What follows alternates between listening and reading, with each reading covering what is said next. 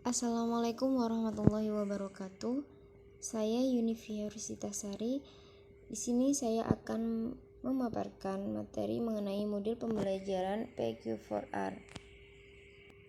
Allard dan Selvin mengemukakan strategi pembelajaran yang memberi peluang pemilikan pemahaman dan mengembangkan kemampuan metakognitif, yaitu strategi PQ4R. Strategi ini berawal dari strategi yang dikemukakan oleh Robinson, yaitu PQ3R. Di antaranya ada survey, question, read, reflect, dan review. Strategi ini disusun secara terstruktur untuk memfokuskan siswa mengkaji sesuatu pokok bahasan secara detail agar siswa mampu mengkonstruksi pemikirannya sendiri. Strategi ini menjadikan siswa lebih mudah mengeluarkan pendapatnya. Siswa mempunyai kreativitas belajar tinggi. Siswa juga bisa belajar menghargai pendapat orang lain. Pendekatan ini dapat mendorong siswa untuk memikirkan, bertanya, membaca, merefleksikan, melafalkan, dan mengulangi materi bacaan untuk dapat dipahami dan dikuasai dengan cara mereka sendiri. Nah, PQ4R merupakan salah satu bagian dari strategi elaborasi yang membantu pemindahan informasi baru dari memori jangka pendek ke memori jangka panjang dengan menambahkan perincian informasi baru melalui tahapan PQ4R. Pendekatan PQ4R ini mengajarkan yang baik yang meliputi pengajaran siswa bagaimana mengingat, bagaimana berpikir, dan bagaimana memotivasi diri mereka sendiri. Langkah-langkah atau sintak pembelajaran dari strategi PQ4R itu ada 6. Yang pertama, preview atau membaca selintas dengan cepat. Yang kedua, question atau bertanya. Yang ketiga, read atau membaca. Yang keempat, refleksi. Yang kelima, recite, tanya jawab sendiri. Dan yang terakhir, review, mengulang secara menyeluruh. Untuk langkah yang pertama, preview, yaitu siswa memeriksa, meneliti, dan mengidentifikasi seluruh bahan ajar secara garis besar. Siswa dapat memulai dengan membaca topik-topik, subtopik utama, judul dan subjudul, kalimat-kalimat permulaan atau akhir suatu paragraf, atau ringkasan pada akhir suatu bab. Nah, untuk guru berperan memotivasi siswa memahami bahan ajar secara garis besar dan menandai hal-hal yang penting. Yang kedua, question. Siswa menyusun pertanyaan yang relevan dengan bahan ajar, mengajukan pertanyaan-pertanyaan kepada diri mereka sendiri. Nah, awali pertanyaan dengan menggunakan apa, siapa, mengapa, dan bagaimana. Untuk guru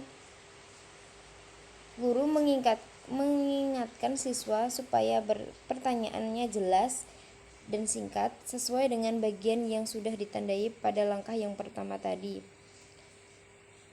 Nah, preview tadi itu berperan memotivasi siswa memahami bahan ajar secara garis besar dan menandai hal-hal yang penting. Untuk langkah yang ketiga, read. Siswa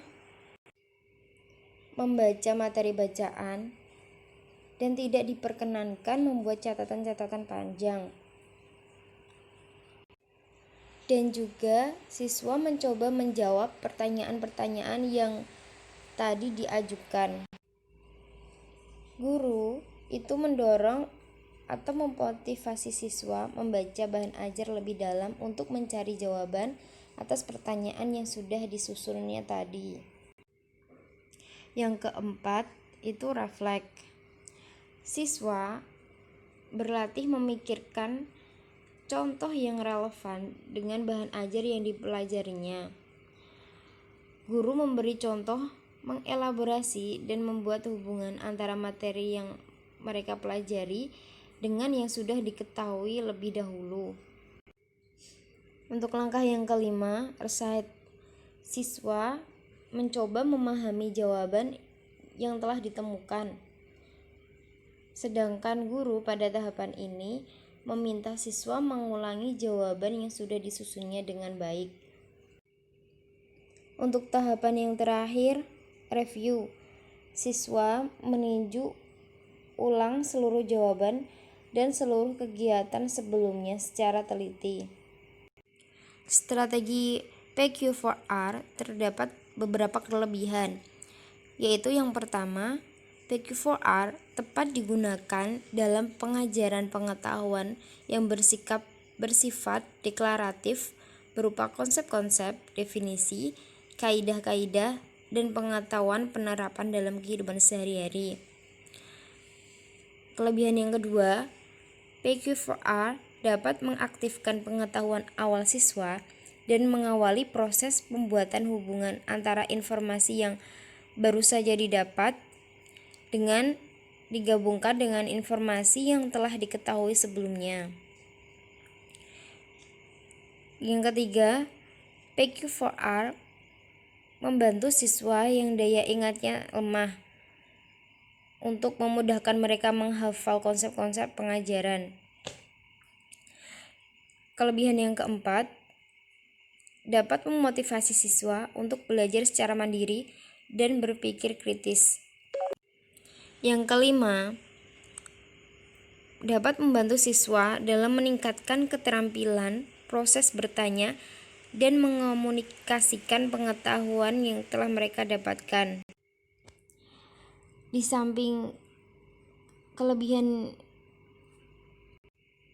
terdapat juga kekurangan yang dimiliki oleh strategi PQ4R, di antaranya yaitu tidak dapat diterapkan pada pengajaran pengetahuan yang bersifat prosedural seperti pengetahuan keterampilan.